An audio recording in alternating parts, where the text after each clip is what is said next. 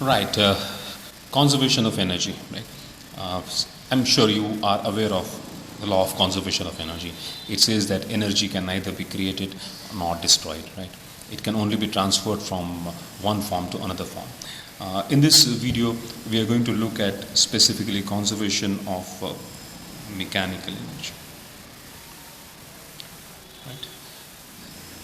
Mechanical energy of an object is the sum of its kinetic energy plus potential energy.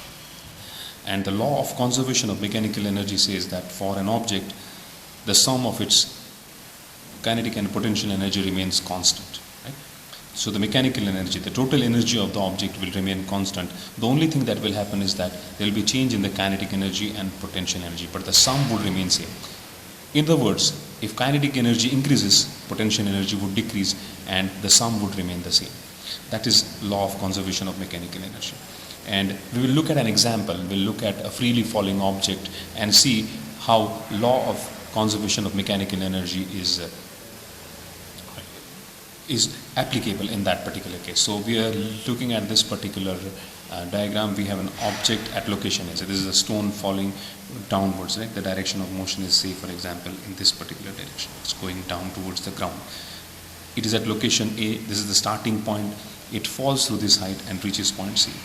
And we have selected one arbitrary location. So this location could be anywhere. And we just randomly we have taken up this particular location at a height x or at a distance x from the topmost position.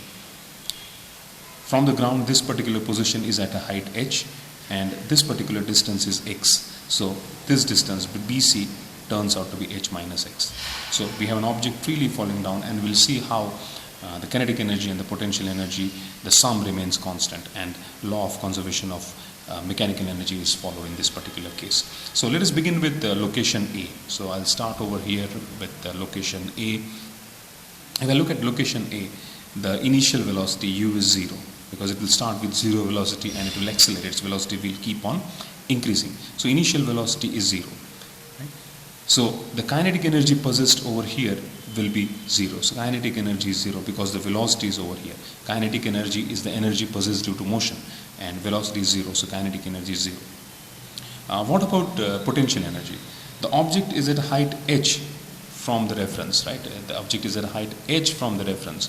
So the potential energy that it possesses when it is at this particular location, let me write over here, u is equal to mgh. Of course, we have taken the mass of the object as m, acceleration due to gravity is gm, height h. So at location A, kinetic energy 0, potential energy is mgh, and therefore mechanical energy, which I'll denote by capital M, is equal to 0 plus mgh, which is equal to mgh. So the total mechanical energy at location A is mgh. So this is what happens at location A. It's a completed location A. Let's see what happens at location B. Right? For looking at location B, what we'll do is we'll consider the journey of the stone from A to B. So this is the starting point, this is the final point. Right? Let us say the velocity over here is v. Right? So initial velocity u is 0 because it started with 0 initial velocity. When it reaches B, its velocity is v. So we have final velocity v. The distance covered is x. The distance covered is x. Right?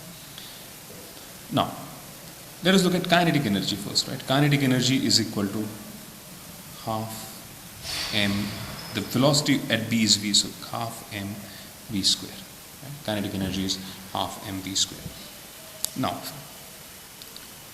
according to the equation of motion, v square minus u square is equal to 2as.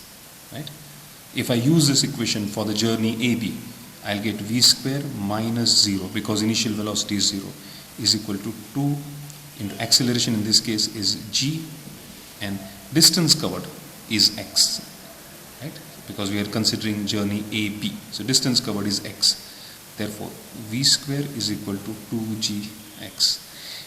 If I put this value of v square in kinetic energy over here, I'll get kinetic energy is equal to half m into v square is 2gx, so 2gx, and this will give me kinetic energy is equal to mgx So kinetic energy at location B is mgx.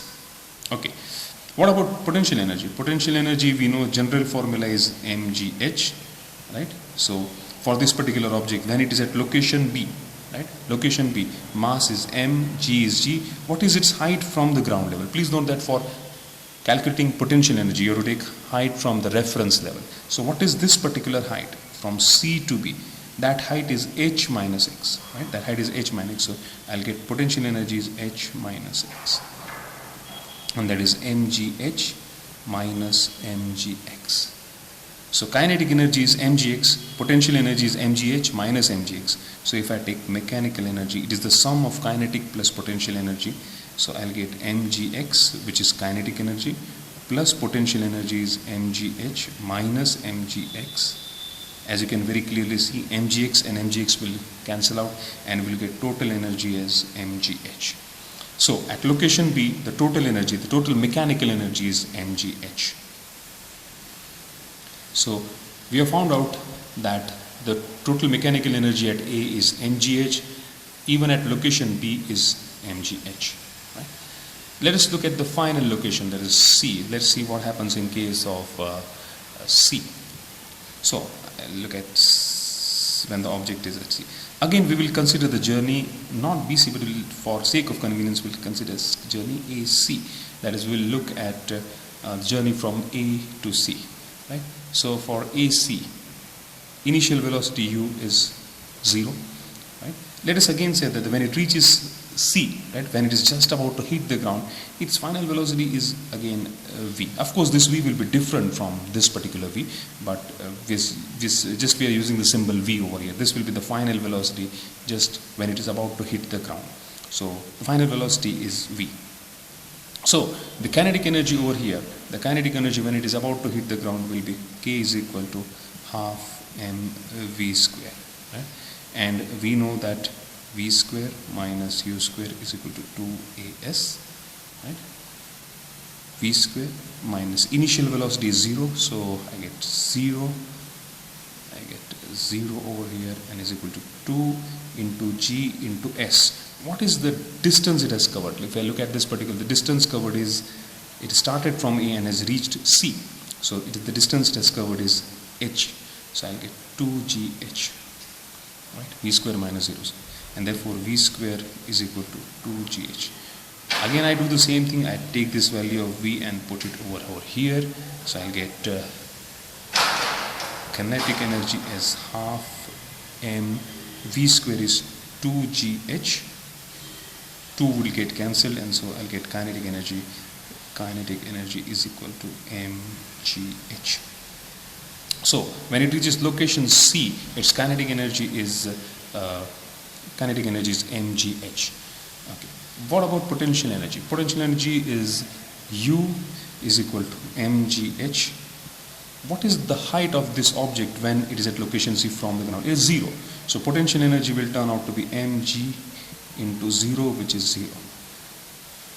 And therefore, the total mechanical energy is kinetic energy plus potential energy, which is mgh plus 0. So mgh plus 0 is equal to mgh. So m is equal to mgh. Right, so we are almost there. So what we have observed here is that at all the three locations, the total energy m is mgh. Let us confirm that. At C, m is mgh. At B, m is equal to mgh, and at A, m is equal to mgh. So what we are concluding is that the total energy, the total mechanical energy, the sum of kinetic and potential remains same throughout at all the three locations.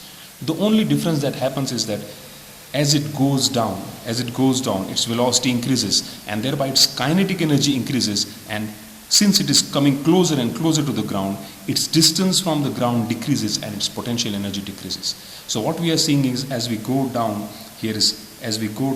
is kinetic energy is increasing and potential energy is decreasing, but their sum remains the same. Let us confirm this. Here in the very first case, the kinetic energy was 0. Right? Kinetic energy was 0 and potential energy was mgh. Maximum value of potential energy, 0 kinetic energy. As we came down over here, what did we see? Kinetic energy is mgx and potential energy is mgh minus mgx, right? And total energy was mgh. And when we reached the bottommost position, the total bottommost position, we found out that potential energy now has become zero and kinetic energy has got a maximum value of mgh. So what we need to remember is that for a body which is falling freely under the force of gravity, as we go down, kinetic energy increases, potential energy decreases, but m, the total mechanical energy, remains constant. It remains, the sum of kinetic and potential remains same, and that is what that is what is law of conservation of mechanical energy. The sum of kinetic and potential energy remains constant. Thank you.